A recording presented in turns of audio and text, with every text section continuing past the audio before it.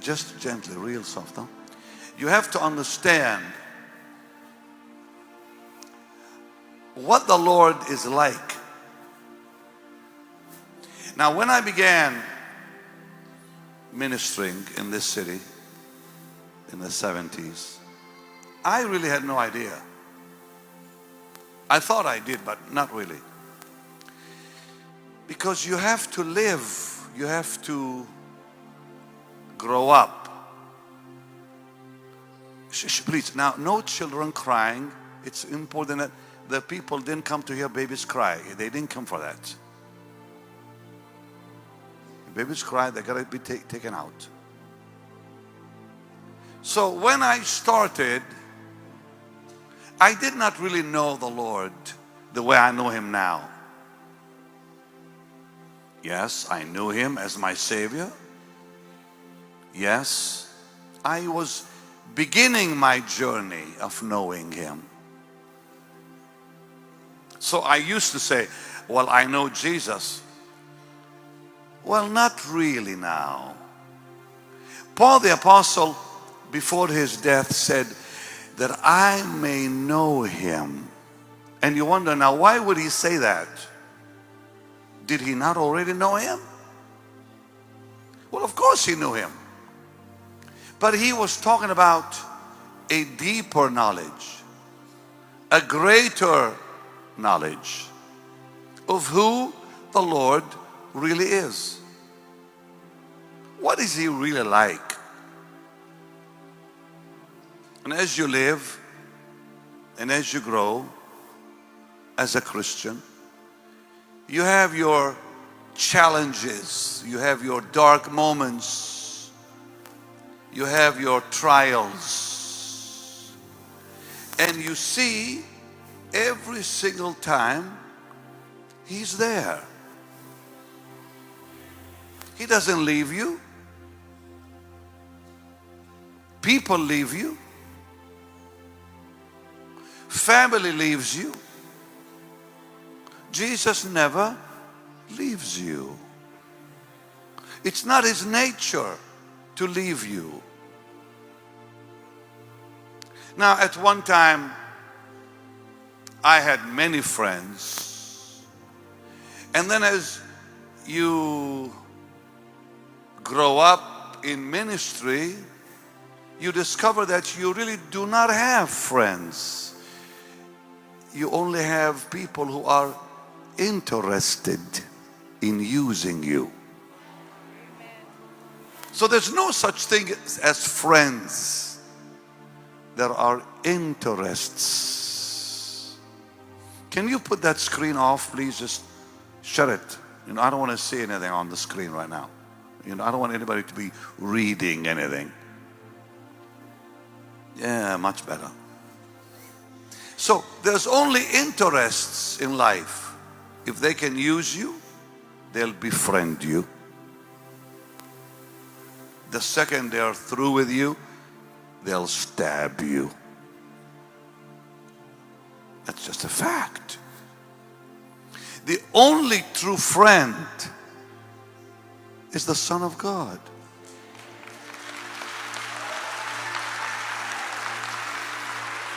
Now,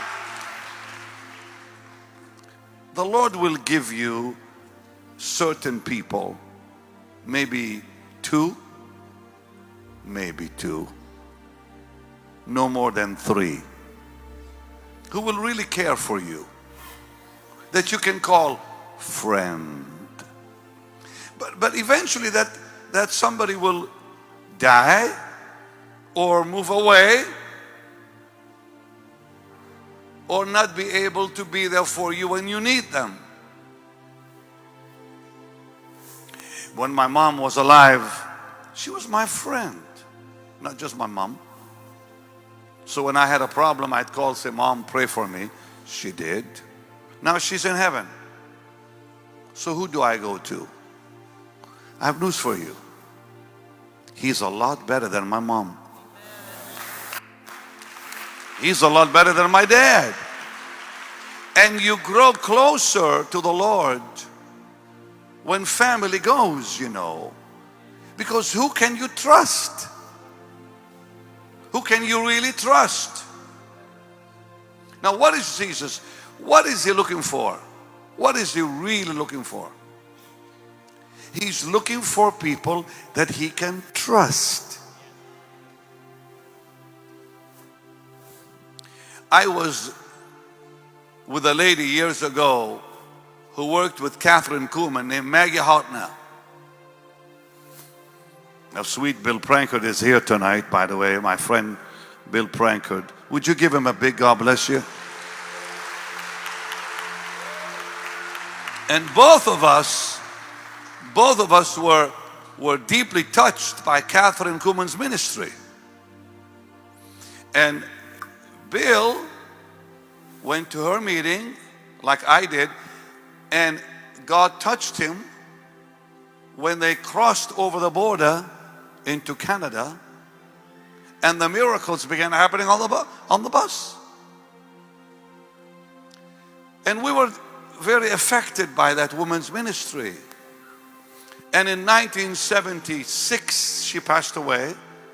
In 77, I got involved in her ministry for 4 years. I held meetings for her foundation.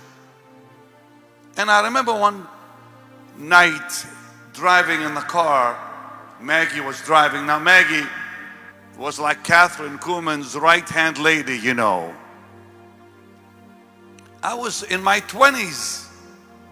Maggie back then was in her 60s or 70s.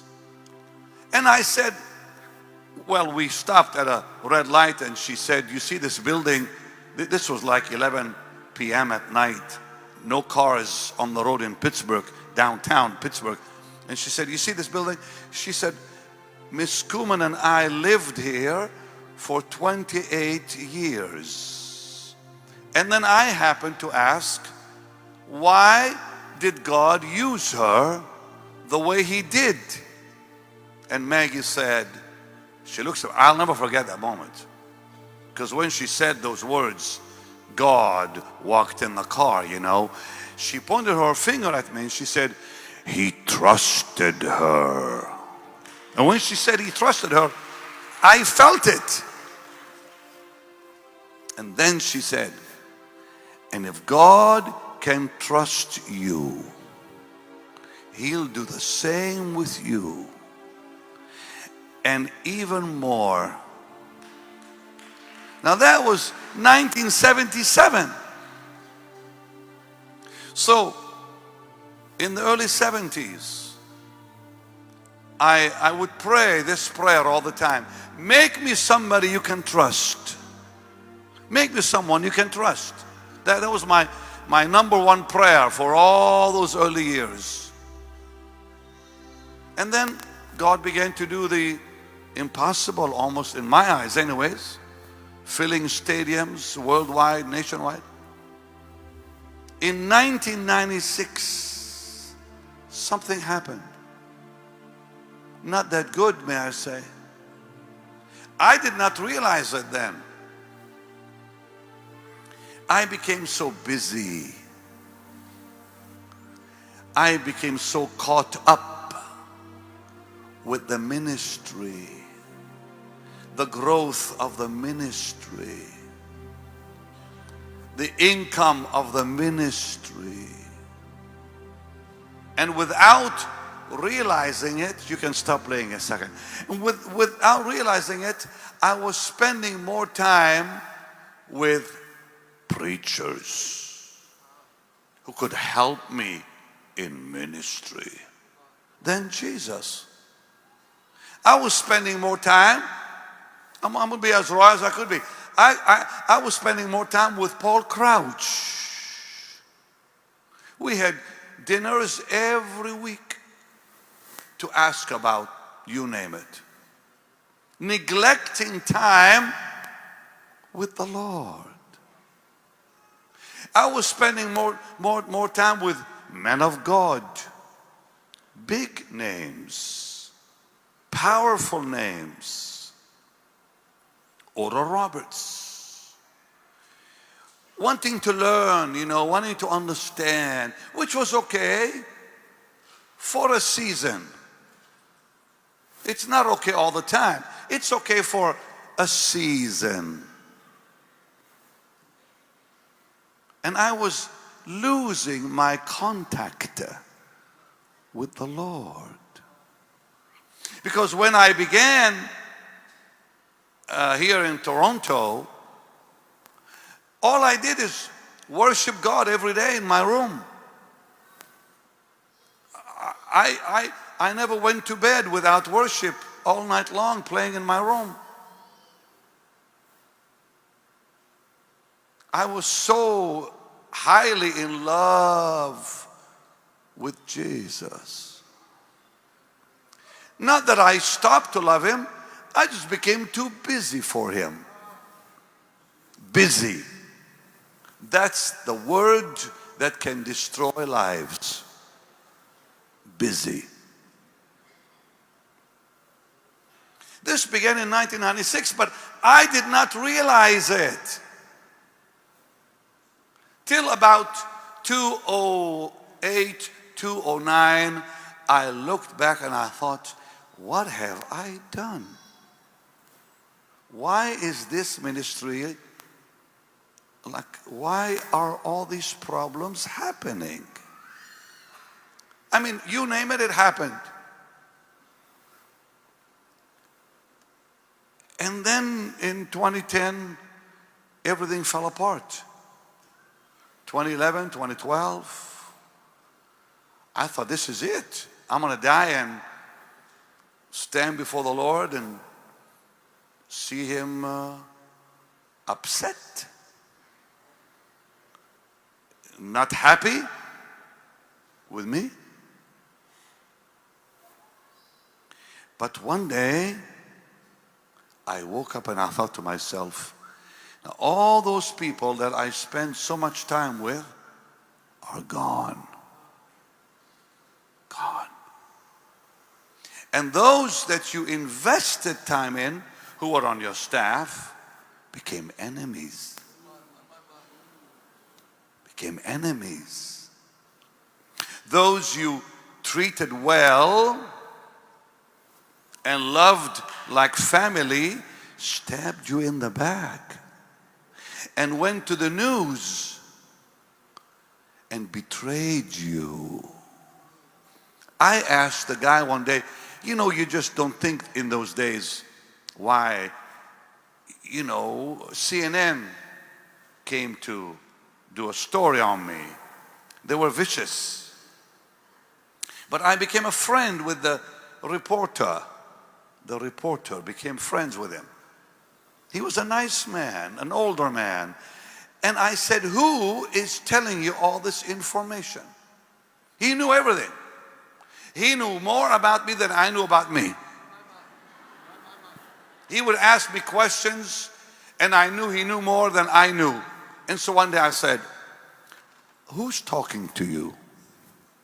Like, how you know all this about me? I said, you know more about me than I know about me. And he looks at me and said, don't ask me. I said, no, I really want to know who is talking to you. Who betrayed me? Who's the one who betrayed me? He looks at me, he says, he said, I like you. I said, well, I know I like you too, but would you please tell me? Who's telling you all this? Here's what he said. If I should tell you, you would have a heart attack. That's what he said. If I should tell you, you would have a heart attack. Then I knew that someone had to be real close to me. And that's, years ago. All those people today are gone. But then I found, I want to say this in the best way I can. I woke up one day and I discovered that the only one who was really still there and loved me is Jesus. Who would never betray you. And I was in shock that he was still there. That he would wait all those years. And everything began changing a few months ago, because I just said, you know, I've seen it all. I've seen everything. Now, you know, people ask me to do things, I don't even bother.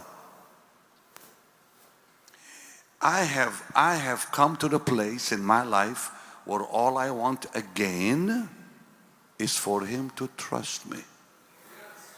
That's all I want.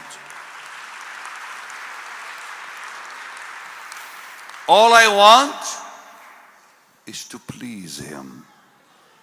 I don't want to die. I don't want to die and find out I lost his favor. And I'm talking to you because now it's time you start thinking about your life. How many friends have betrayed you?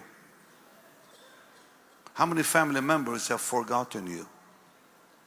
How many have used you for their own whatever? And now they're all gone and you're alone. In fact, they almost destroyed you. And the one who wants to help you is still there. The one who loves you is still there. So what do you have to do now? Regain his trust. Because when you regain his trust, he'll give you joy you've never known. Joy and peace that maybe you used to have. You used to have. Would you please bring me my phone? I want to show the people something. Someone, Marie or Tim, give me my phone. You know, I play worship in my house all the time. If you walk into my home, hey Timmy, come here. If you walk into my house, you may just not believe it. You know, I heard Judson Cornwell say years ago, he said, those who worship God in public have been worshiping him in private. You can't worship God in public unless you worship in private. So, you know, in my house, you walk in and there's worship all the time. Frankly, in the hotels, oh my. I just start playing worship and I just forget the world. You know, this may surprise you. I'm very independent. I don't like people doing anything for me. I press my own clothes. This may shock you. I don't trust anyone with my clothes. I'm very fussy. So I start pressing my clothes like I did today. And I'm playing worship and I'm crying. This is one of my favorites. I just forget the world. Just forget the world. And you walk around and you're talking to the Lord. And the phone rings and you don't answer it.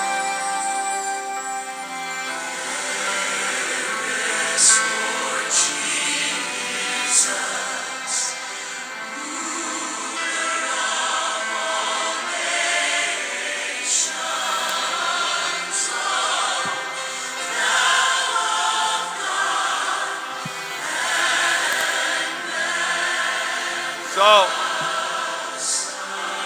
this guy lives in my house. Come here. Get a microphone. My son walked in to talk to me one day and I was just gone. He wanted something and I didn't answer him. And I'm just gone, like in the spirit gone, you know.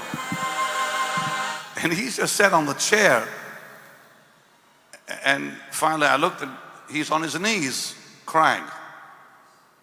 And rather than me saying, what do you want? I just ignored him. And then I see him with his hands up. He just walked out. Because sometimes when you're in the presence of God, what you think you want, He takes care of. So he's always there. And I walked out of the room a few days ago, and a guy with him flew out of his sandals. I mean, flew out. He was wearing those sandal deals, and he flew out. His sandals flew out. He hit the floor in my house. He often cries and walks around talking in tongues because he doesn't know what else to do. We've had visitations in the car. Tell him. The car we've had, I don't know if any of you watch Facebook, Follow Faster on Facebook. It's almost dangerous because I'm driving and the presence of God is so strong. But I can only say it's the most supernatural experience ever. I'm having a supernatural experience. Practice the presence of God and you will live daily in the miraculous.